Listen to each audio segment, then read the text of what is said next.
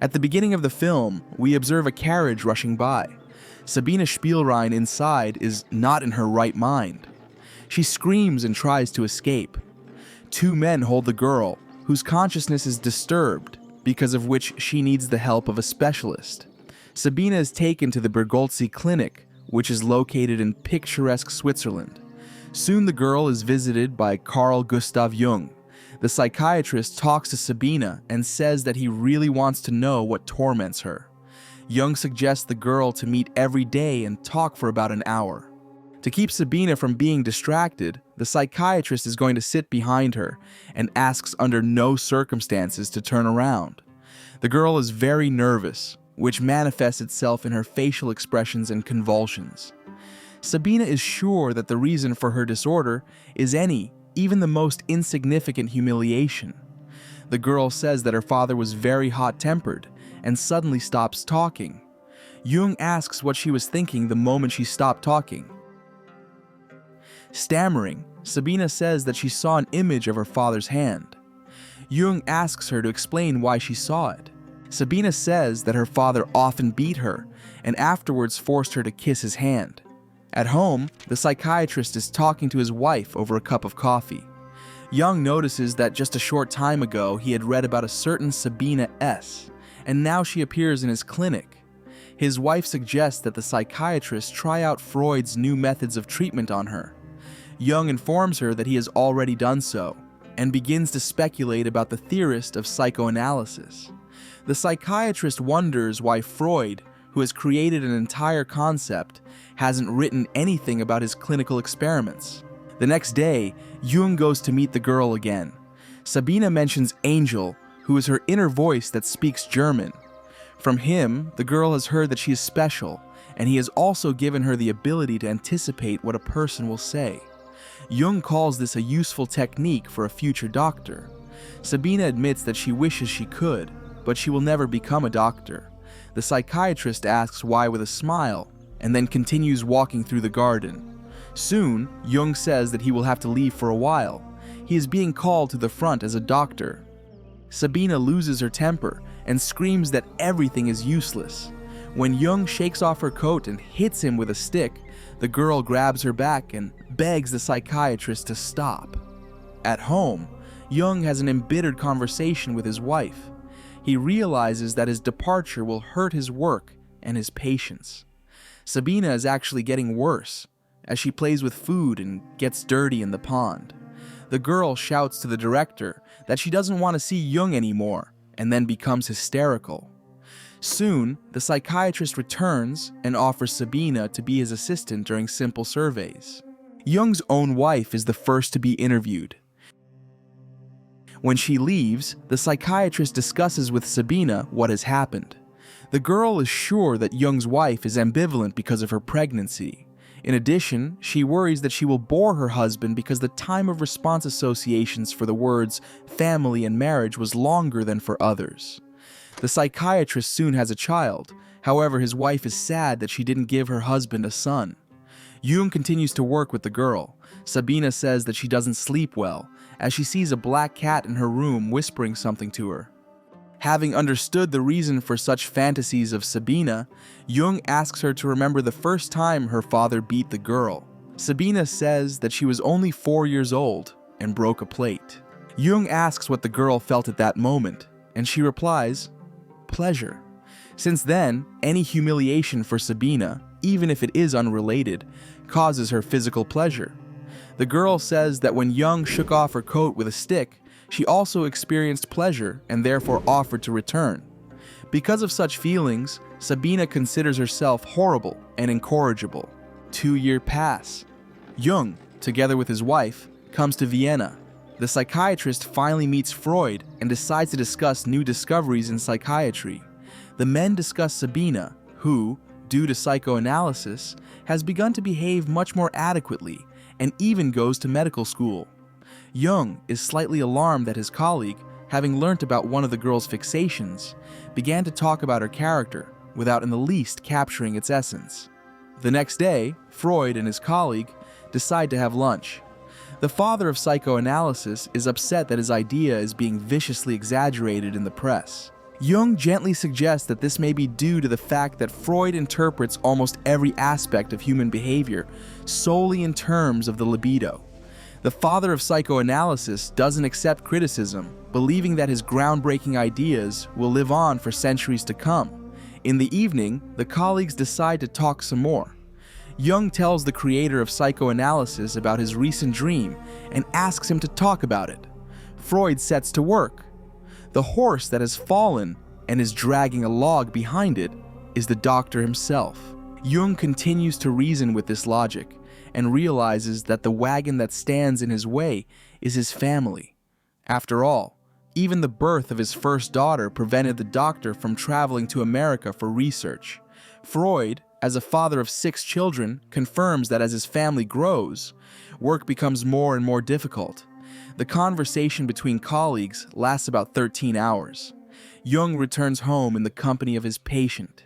The psychiatrist tells Sabina that he doesn't like Freud's obsession with only one area of human life.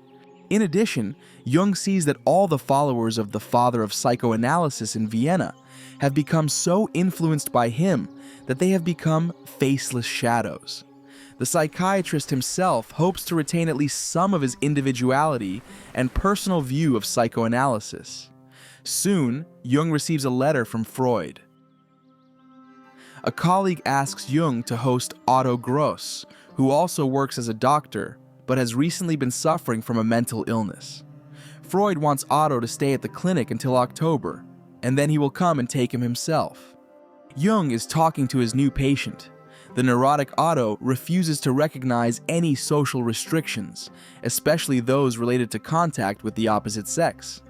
The patient says that it is worth telling clinic guests, especially women, what they want to hear, because in this way, one can achieve an affair with them. A stickler for monogamy and restrictions, Jung is slightly shocked by what he hears. Conversations with Otto continue. Jung discusses the need to maneuver between transference and countertransference during treatment. Otto parries because if his patient has a transference and longs for him, his first task is to explain that this is normal and that she doesn't only desire him, but also men in general. If this cannot be brought, then the patient is really sick. Otto argues that for some strange reason, one of the most pleasant and harmless areas of human life is surrounded by incredible hysteria and taboo. One day, Jung is once again talking to his patient about Wagner. Sabina believes that everything unique is born from the struggle of the strongest opposites. Unexpectedly, the girl kisses Jung, who asks out of shock if she thinks that a man should take the initiative. Sabina replies that there is both something masculine and feminine in every person. The girl also says that if Jung wants to take the initiative, she lives on the first floor in a house in the neighboring street. The psychiatrist discusses what happened with Otto. The patient is convinced that Jung should stop being afraid of his desires and go to the girl he cares about. Soon, Otto escapes from the clinic, asking the psychiatrist to tell his father that he is not alive. Jung feels that the patient has had a very strong influence on him. Soon, the psychiatrist goes to see Sabina. A strong passion erupts between them. At one point, Jung tries to stop and break it off, but he fails. Soon, the psychiatrist meets Freud again. After learning about Sabina, the father of psychoanalysis regrets that he sent Otto to the clinic to his colleague. Jung, however, says that the dialogue with Otto helped him to better understand himself and his desires. Freud reports that a rumor has spread around Vienna about Jung's affair with a patient. In addition, colleagues have a rather violent conflict. Jung is convinced that there is an area of the paranormal that should be included in psychoanalysis. Freud strongly disagrees, for their enemies are just waiting for an opportunity to expose their idea as something medically unsound. Soon, the father of psychoanalysis returns to Vienna. Jung's wife confesses that it was she who sent out an anonymous letter to his acquaintances about her husband's love affair with a patient in order to enlighten him. Indeed, the psychiatrist is once again imbued with the ideas of medical ethics and monogamy. Jung talks to the patient and says that now he agrees to meet with her only within the walls of his office and for a fee. The doctor's break with Sabina is quite painful. Soon, Jung goes to America with Freud to present his ideas to the new world. Freud continues to decipher the psychiatrist's dreams, but doesn't tell about his own, so that, as he puts it, not to drop his authority. After a while, Jung sees his former patient again. At first, they simply discuss Sabina's thesis, but then they continue their affair. This time, it is Sabina, who doesn't feel free, who decides to break it off. The girl decides to go to Vienna, despite Jung's tearful pleas. Soon, Sabina meets with Freud. The father of psychoanalysis agrees with the girl's article in some aspects. Libido can indeed lead to the destruction of one personality and the creation of another based on the bond between partners. Sabina thanks Freud for such a flattering review and asks him to establish a relationship with Jung. Freud confesses that he is frustrated by his colleague's paranormal interests. Jung seems to take away one illusion from his patients and immediately exchanges it for another, more convenient for him. Freud, on the other hand, tended to hold the view that patients should be rid of illusions and then taught to live in the real world. Sabina admits that she shares this view. Soon, during the conference, Freud hints to Jung that the absence of his name in the dissertation can be considered a betrayal of the father of the current about which the dissertation was written. Jung enters into a correspondence with the father of psychoanalysis, accusing him of treating his friends as patients.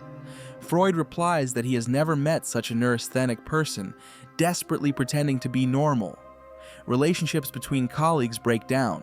Sabina soon gets married. Expecting a child, she visits Jung and his family.